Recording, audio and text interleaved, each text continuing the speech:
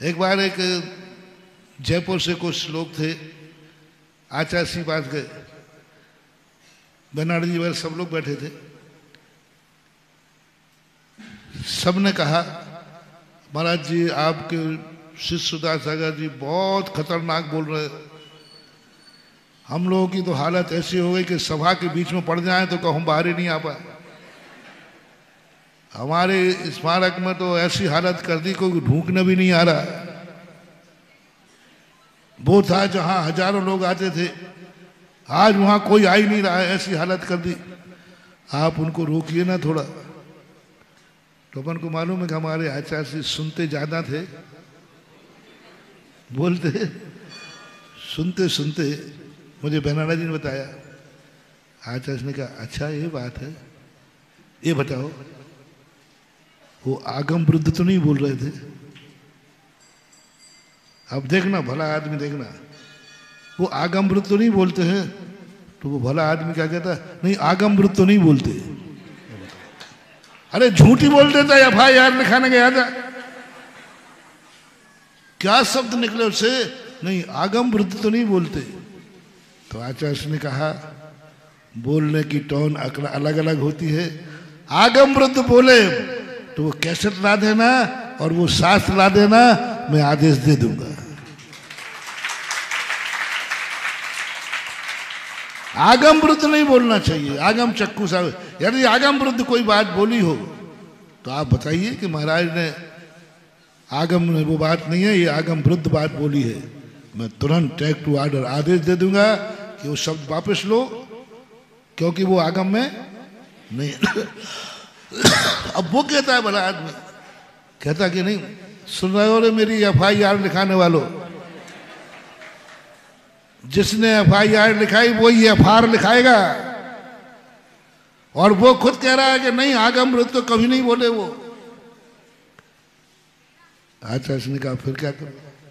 इसलिए बेटा मैं आगम वृद्ध तो कभी कोई क्रिया करूंगा नहीं। और अभी आप कह रहे हो, आपने अभी की है बीच प्रवचन में, आपने विधायक जी को प्रवचन रोककर आशीर्वाद दिया है। ये कौन से आगम में लिखा है? और अभी कोई जनरल व्यक्ति आ जाता है, अब तो प्रवचन बदल गया, अब तो विधायक जी पे जाएगा प्रवचन। बहुत बढ़िया मजेदार चीज है, और पूरा लाइव में देख रहे हैं, तो सारा विश्व देख रहा है ना अभी। और ये घटना भी मेरी जिंदगी में पहली बार घटी है, और घटते समय भी मैं तुरंत सोच रहा था कि आज का व्हाट्सएप क्या चलेगा, क्योंकि सबसे ज्यादा व्हाट्सएप, मैंने कहा ना मेरे ऊपर ही व्हाट्सएप चलते हैं और मेरे ऊपर ही निगरानी रहती है। दुनिया क्या बोलती रहे, कोई बात नहीं, बैठ जाना। दुनिया क्या बोलती रहे इससे दुनिया को कोई मतलब नहीं है। दुनिया को क्या मतलब है, बोलो भाई, सुदास सागर ने क्या बोला। मैं इसको बुरा नहीं मानता, कम से कम दुनिया मेरी निगरानी तो रखती है। मैं कभी गायब हो नहीं सकता, मैं कभी गुम नहीं सकता, क्योंकि मेरे ऊपर दुश्मनों के सैटेलाइट लगे हुए हैं। और आपने देखा होगा कितने साधु क्या क्या बोलते हैं, कोई उसकी खबर नहीं रखता, और तुम्हें अच्छा बुरा भी नहीं लगता, बस महाराज ने क्या बोला। तो मैं जब आशीर्वाद दे रहा था, मैं तुरंत समझ गया आज का नया व्हाट्सएप होगा। देखा महाराज जी ने प्रवचन रोक करके, और ऐसे में कोई छोटा मोटा आदमी आ जाता तो, और मुझे मालूम है कि शाम तक जिज्ञासा आएगी।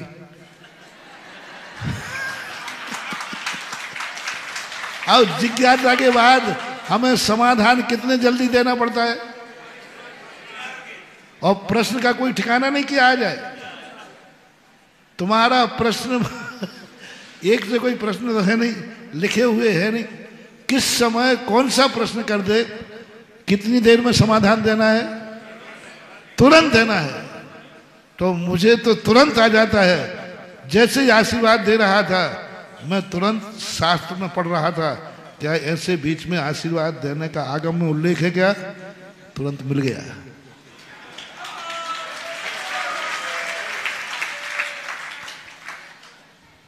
महाराज का प्रवचन बंद हो गया। अपन तो करते समय कर रहे थे, एक बंद होने का प्रवचन जिनवाणी के अंदर। एक साधारण व्यक्ति आया,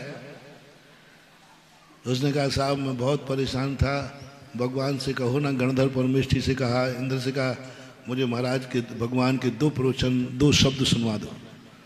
नहीं, भगवान का समय हो गया, जब चाहे चले आते हो मुंह उठा करके, भगवान के प्रवचन का समय हो गया, अब नहीं बोलेंगे, अब दोपहर में आओ।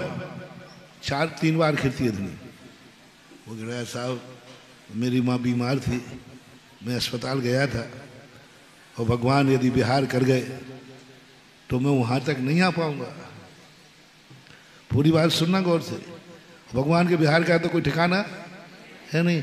बिहार कर जाएंगे तो कभी मेरे नगर में भगवान आए हैं और 2 शब्द सुना दो तो सब कहते समय पर क्यों नहीं आते हो?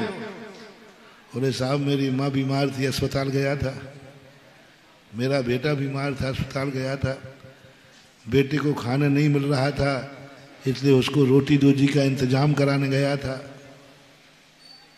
अब बेटा भूखा था रात भर का, तो मैं बेटे को रोटी इकट्ठी करने के भीख मांगने गया था, इसलिए मैं लेट हो गया। परिस्थितियां देखना। कहाँ गया था लेट होने में? अस्पताल। कहाँ गया था? बहुत परेशान था। बोले साहब जैसे तैसे माँ को छोड़ करके आया हूं, जैसे तैसे बेटे को समझा के आया हूं, बस 2 मिनट 2 शब्द भगवान के मुख से सुन जाए। किसी ने नहीं सुनी, सबने कुछ भी हो नहीं। यहां टाइम की पाबंदी होती है, 1 सेकंड पहले नहीं, 1 सेकंड बाद नहीं। कानून देखना, ये समोषण है, कोई इंडियन टाइम नहीं चलता यहां पर, ये समोषण है। यहां पर टाइम से भगवान बोलते हो, टाइम से अपने आप ऑटोमेटिक होता है। ठीक टाइम होगा भगवान की वाणी चालू हो जाएगी, ठीक टाइम होगा तो भगवान की वाणी 1 सेकंड आगे पीछे नहीं होती। यहां कानून है, मालूम नहीं भगवान का दरबार है। सौधर्म ने कह दिया, गणधर परमेष्ठी ने दिया, उसने सबसे फरियाद की, भगवान से कहा तो भगवान तो सुनते ही नहीं है। और जैनियों के भगवान तो उनके कान होते ही नहीं है, ये तो देखा, जैनियों के भगवान सुनते ही नहीं है, कान तो देखने के उनके। बेचारा बैठ गया कि अब दोपहर में भगवान की वाणी खिलेगी तब देख लेंगे। ठीक इसी समय उस देश का राजा चक्रवर्ती आ गया। बस उसको समझा ही रहे थे, कुछ नहीं, कोई प्रवचन नहीं चलेगा, टाइम से आया करो, जब भगवान तब बोलेंगे तब आप सुनना। ठीक उसी समय चक्रवर्ती आ गया, वहां का राजा आ गया। और जैसे ही राजा आया, और वो भी प्रवचन सुनने ही आया था, भगवान बोलने लगे।